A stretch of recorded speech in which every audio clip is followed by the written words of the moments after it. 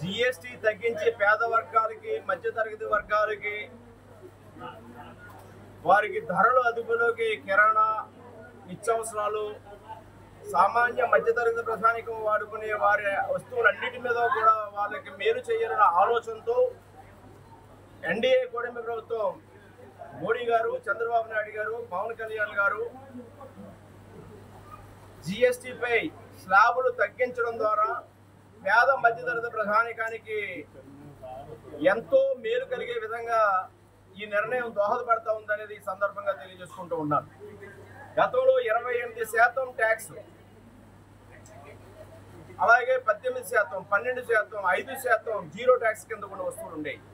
ఈనాడు 199 రకాల వస్తువులు 2 స్లాబుల పరిధిలోకి, అంటే 5%, 18% స్లాబుల్లో జీఎస్టీ వేయడం ద్వారా ఈనాడు 199 రకాల వస్తువులు ఈ ట్యాక్స్ రూపంలో లాభపడి ధరలు తగ్గి పేద మధ్యతరగతి ప్రజానికానికి ఎంతో ప్రయోజనంగా ఉందని సందర్భంగా తెలియజేసుకుంటూ ఉన్నారు.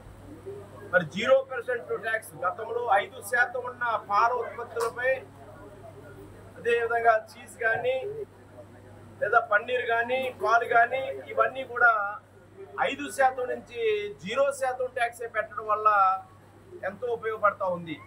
లీటర్కి 6 రూపాయల పైన కూడా పాల ధరలు తగ్గుతూ ఉన్నాయి. అదేవిధంగా కిరాణా సామాగ్రి గతంలో 18%, 12%, 5% ఉంటే ఈనాడు అసలు ట్యాక్స్ లేకుండా జీరో ట్యాక్స్, అదేవిధంగా 18, 12% ఉన్నా కూడా 5% ట్యాక్స్గా తీసుకురావడం వల్ల కిరాణా సామాగ్రి ద్వారా ఎంతో మేలు కలుగుతూ ఉంది. అదేవిధంగా నిత్యావసరాలు గతంలో 18, 12% ఉంటే ఇప్పుడు 5% తీసుకురావడం ద్వారా 13% ఆదా అవుతుంది ట్యాక్స్. తద్వారా నిత్యావసరాల ధరలు కూడా చాలా విపరీతంగా తగ్గాయి.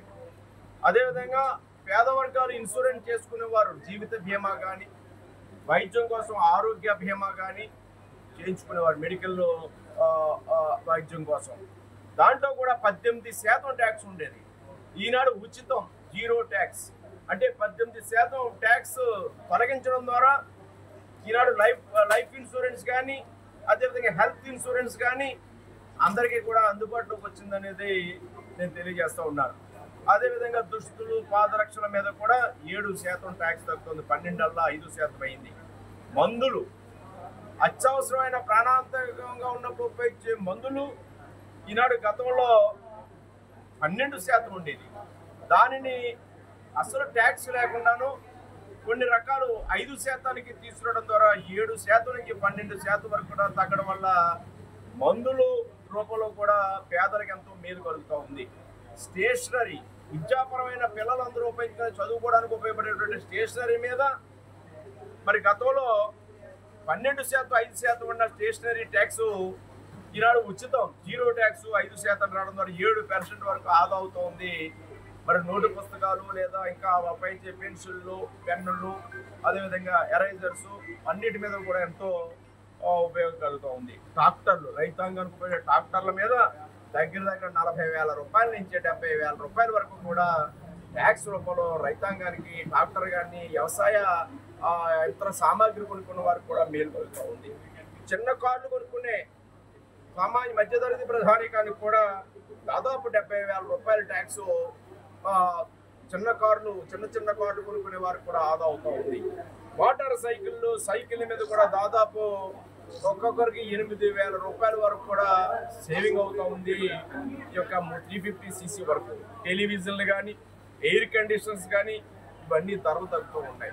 ఇవన్నీ చూసుకుంటే యావరేజ్ని ఒక్కొక్క కుటుంబానికి నెలకి 15,000 రూపాయలు ఆదా ఈ జిఎస్టీ ట్యాక్స్లు తగ్గించడం ద్వారా ఒక్కొక్క కుటుంబానికి 15,000 రూపాయలు మినిమం. ఇంకా ఎక్కువగా వినియోగించడం అయితే ఇంకా ఎక్కువ ఆదా అవుతుందనేది ఈ సందర్భంగా తెలియజేస్తూ ఉన్నాను. జిఎస్టీ 2.0 ఈనాడు అందరికీ కూడా ఉపయోగపడుతూ ఉంది.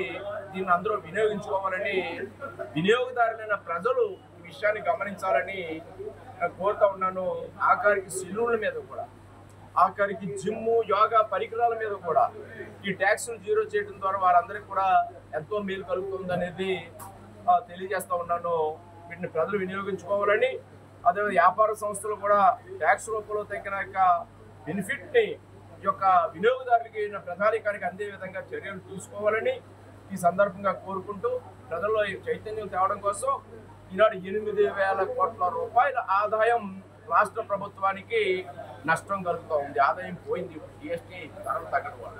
ఎవరికి మేలు కలుగుతుంది అంటే రాష్ట్ర ప్రభుత్వానికి ఆదాయం దీనివల్ల తగ్గిపోయినా పేద వర్గాలకి, మధ్యతరగతి ప్రజానికిగా ప్రయోజనం కలుగుతుందనే ఆనందంతో చంద్రబాబు నాయుడు గారు ఈనాడు ఎన్డీఏ కూటమి ప్రభుత్వం ఉంది. ఆ యొక్క బెనిఫిట్ ప్రజలకు చేరుతుంది, మనకి రాష్ట్ర ప్రభుత్వానికి వచ్చే ఆదాయం తగ్గిన అనే ఆలోచనతో ఇంకా తద్వారా ఏదైతే ఈనాడు జిఎస్టీ తగ్గించడం ద్వారా కొనుగోలు శక్తి పెరిగి ధరలు తగ్గడం వల్ల వస్తువులు వాడకం పెరగడం వల్ల ఒక వస్తువు కొనేవారు మళ్ళీ ఇంకొక ఇప్పుడు వస్తువులు కొన్నవారు కూడా కొత్తగా ఈనాడు వస్తువులు కొనుగోలు చేయడం, లేదా సిమెంట్ ధరలు కూడా ఈనాడు 28% నుంచి 18% తగ్గి నిర్మాణ రంగం ఊపందుకోవడం, ఇవన్నీ పోల్చి చూసుకుంటే ఉత్పత్తి పెరుగుతుంది, వినియోగం పెరుగుతుంది, ఉద్యోగ ఉపాధి అవకాశాలు పెరుగుతాయి, తద్వారా ఆదాయం పెరుగుతుంది, ప్రజలందరికీ కూడా మేలు కలుగుతుంది ఆలోచనతో ఈ నిర్ణయాన్ని తీసుకోవడం జరిగింది. ఇది గొప్ప సాహసోపేతమైన నిర్ణయం. ఏ ప్రభుత్వాలు కూడా తనకు వచ్చే ఆదాయాన్ని తగ్గించుకునే ఆలోచన చేయవు. కానీ ట్యాక్సులు తగ్గినా పర్లేదు, పేద వర్గాలకు మేలు కలిగిన ఆలోచనతో ఎన్డీఏ కూటమి ప్రభుత్వం నిర్ణయం తీసుకుంది.